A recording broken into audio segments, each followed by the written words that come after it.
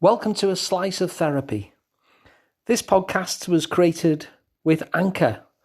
And if you've not heard of Anchor, let me explain. It's free. It's a really easy way to make a podcast. And it helps me because I can just do this every day directly into my phone, because there's creation tools that allow you to record and edit your podcast right from your phone or computer. So if you fancy making a podcast too, download the free Anchor app or go to anchor.fm to get started. So how do you finally start that thing that you've been wanting to start for ages, but you never get round to it? And not just because it's at the back of your mind, it might be staring you in the face, but it's just something you don't seem to do. Well, this is one of my favourite topics because I think it's so life-changing. And it's so counterintuitive as well, and yet really works.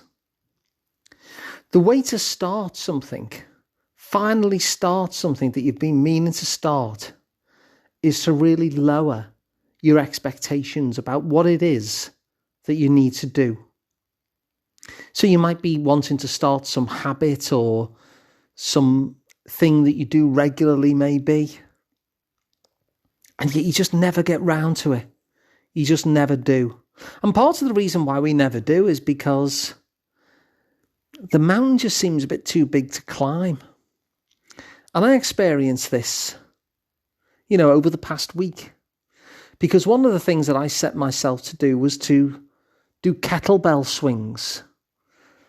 I'm at a certain age now where strength training is a good idea. Although I think it's always a good idea, isn't it? But it's something I've never really done.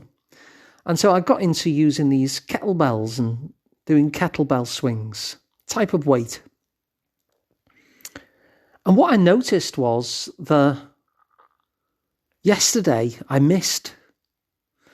And I set myself 3 times a week to do these. But yesterday I missed, and in fact 2 days beforehand I missed as well. And I was starting to get into a pattern of missing. And what I noticed was that the idea of doing 70 kettlebell swings, even though it doesn't last that long in truth, it just felt arduous. I didn't want to do 70 kettle swings. I was putting myself into the memory of what it's like to do 70 kettlebell swings. And I was thinking, nah, I'll do it tomorrow. And yet when tomorrow came, I found that I wasn't doing it. And all the day after that. And so this is something that I have been doing that I think has been quite beneficial, but just the very memory of doing 70 of them was making me turn the other way. And so what I did is what I always do in this sort of situation, whether I'm wanting to build a habit or whether I'm wanting to, pick up a habit that I seem to be falling out of. I just accept the fact that doing 70 is too much for me. That doing 70 is going to put me off. And so I make it so small as to be something that it just won't deter me. It's like, well, I may as well. And I started this a few weeks ago with walking. And I set myself just 5 minutes. Because the lockdown was on, and even though we could go out for some exercise, I was noticing that I wasn't. It started to get a bit too comfortable to stay indoors, and so I set myself this challenge where I said, okay, all you have to do is do a 5-minute walk every day.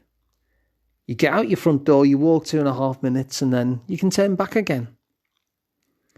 And strangely, that's led into something where every day I'm doing about 2 hours, sometimes more, of walking. I would never have imagined that. But once you get started on something, new possibilities open up. And so I thought I'd apply that to these kettlebell swings. And I thought, okay, 70's put me off.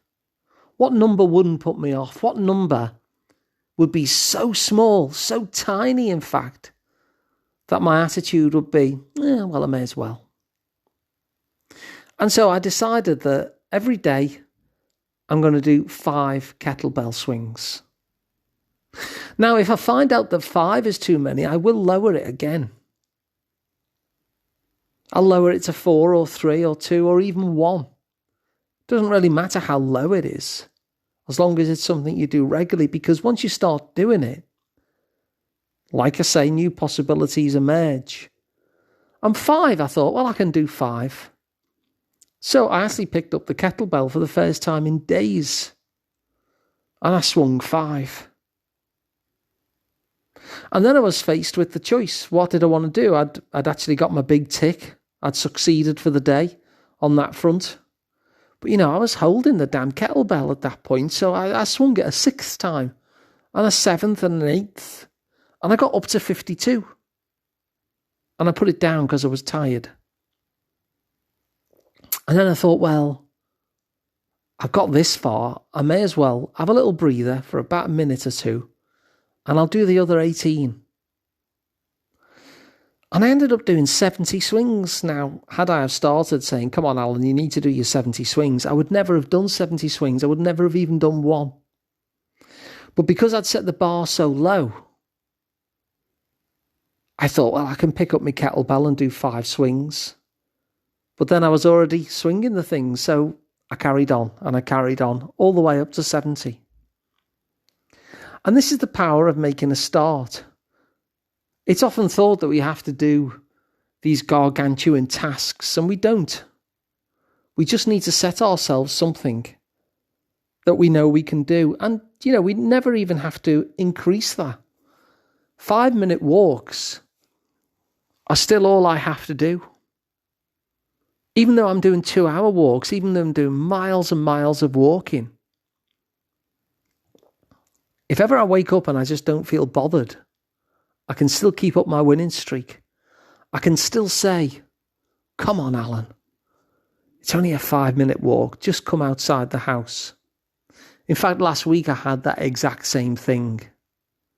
I didn't want to go out. It was one of those days I just didn't want to. You know how it is. And I said to myself, come on, Alan. Just the 5 minutes then today. And so I decided I could do 5 minutes, 2.5 minutes, and then back. But of course, after 2.5 minutes, I was out then. I kept on walking. 5 minutes came and I kept on walking. And didn't I do an hour and a half? Well, I did. So starting tiny is the way to start things. Having a tiny target is the way to keep on doing things. And of course, you might decide to do more. That's extra credits. But you don't have to do more. So even when your motivation is low, you can keep your winning streak going. And so that's the idea I'm giving to you, as I've given it to you before, but it really showed up in my life this week. So I thought I would share it again because it's valuable.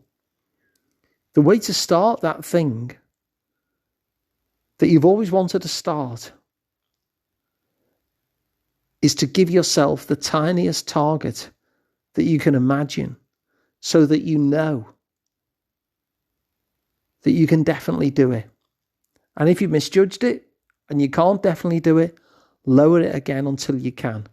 And you'll find